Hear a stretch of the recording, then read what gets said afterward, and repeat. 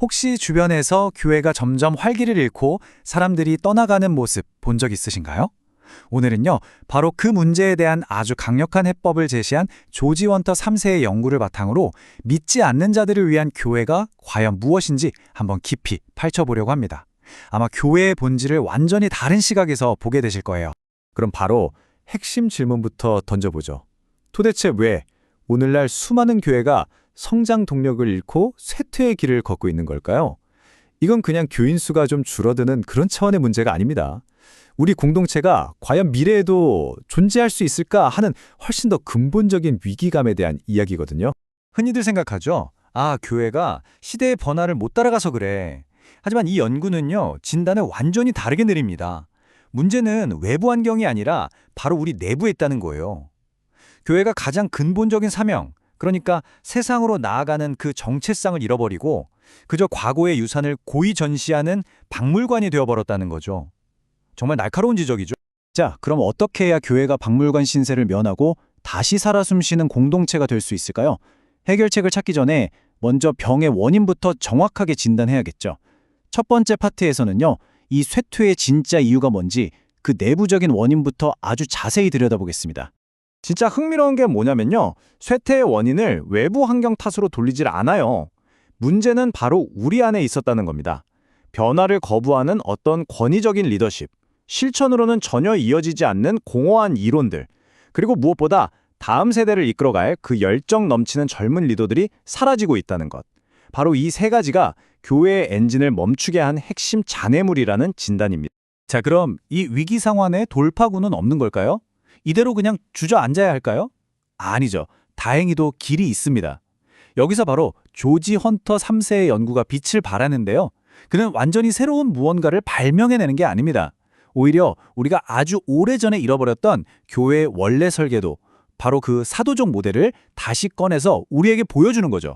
여기서 사도적이라는 말, 이거 오해하시면 안 돼요. 어떤 특정 교파를 말하는 게 전혀 아닙니다. 핵심은요, 교회의 운영체제에 있어요. 초대교회 사도들이 보여줬던 것처럼 끊임없이 세상 밖으로 뻗어나가던 그 역동적인 에너지 있잖아요. 그걸 오늘날의 상황에 맞게 다시 구현해내는 교회. 그걸 바로 사도적 교회라고 부르는 겁니다. 자, 그렇다면 말로만 듣던 그 사도적 교회라는 게 대체 구체적으로 어떤 모습일까요? 이게 그냥 막연하게 들릴 수 있는데 아주 명확한 4가지 특징이 있습니다. 지금부터 이 교회를 튼튼하게 떠받치고 있는 4개의 기둥을 하나씩 살펴보면서 그 전체적인 그림을 함께 그려보시죠. 첫 번째 기둥은 바로 보냄받음의 정체성입니다. 와, 이건 교회의 목적 자체를 그냥 180도 뒤집어버리는 생각이에요. 더 이상 교회는 신자들이 와서 위로받고 돌아가는 안락한 정거장이 아니라는 겁니다. 오히려 세상 속으로 사람들을 파송하는 역동적인 전진기지로 그 역할이 완전히 재정해되는 거죠. 한마디로 교회가 발사대가 되어야 한다는 겁니다. 사도라는 단어의 원래 뜻이 보냄받은 자인 것처럼 말이죠. 교인들이 주일에 와서 위로만 받고 그걸로 끝나는 게 아니라 월요일 아침에 각자의 일터와 가정이라는 선교지로 힘차게 나아갈 수 있도록 훈련시키고 무장시키고 파송하는 역할, 그게 바로 첫 번째 기둥의 핵심입니다. 두 번째 기둥은 교회의 관심이 도대체 어디를 향해야 하는가에 대한 이야기입니다. 기존 신자들을 잘 돌보고 현 상태를 그저 유지하는 데 급급했던 모델에서 벗어나서 아직 교회 밖에 있는 사람들의 삶 속으로 적극적으로 침투해 들어가는 모델로 전환하는 것. 유지와 침투, 이 대비가 정말 강력하지 않나요? 이건 말이죠. 교회의 모든 자원을 재배치해야 한다는 뜻이에요. 한번 스스로에게 물어보는 거죠. 우리의 시간, 돈, 에너지를 지금 누구를 위해 쓰고 있는가? 이 질문에 교회 밖의 사람들이라고 자신 있게 답할 수 있어야 합니다. 그들이 이해할 수 있는 언어로 이야기하고 그들이 공감할 만한 프로그램을 만들고 또 언제든 쉽게 찾아올 수 있도록 문턱을 과감하게 없애버리는 것. 그게 핵심입니다. 세 번째 기둥은 사역의 패러다임을 완전히 바꾸는 겁니다. 마치 슈퍼스타 한두 명이 모든 골을 다 넣는 그런 축구팀처럼 소수의 성직자가 사역을 독점하는 모델에서 벗어나는 거죠. 대신에 모든 교인이 각자의 자리에서 뛰는 선수가 되고 목회자는 이들을 훈련시키는 유능한 코치가 되는 겁니다. 사실 이게 바로 초대교회가 세상을 뒤흔들었던 그 폭발적인 에너지의 비밀이었습니다. 소수의 엘리트에게 모든 걸 의존하는 중앙 집중형 구조가 아니었던 거죠. 공동체 구석구석에 잠재된 힘을 모두 끌어내는 것. 모든 구성원이 각자의 삶의 현장에서 살아있는 증인이 될 때 교회는 비로소 거대한 유기체처럼 움직이기 시작하는 겁니다. 자, 드디어 마지막 네 번째 기둥입니다. 바로 번식인데요.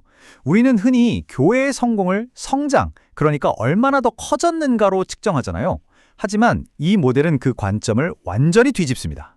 중요한 건 한 교회의 덩치를 키우는 게 아니라 복음의 영향력을 더 널리 퍼뜨리는 재생산의 목표를 두어야 한다는 겁니다. 마치 건강한 세포가 스스로 분열하고 증식하는 거랑 똑같아요.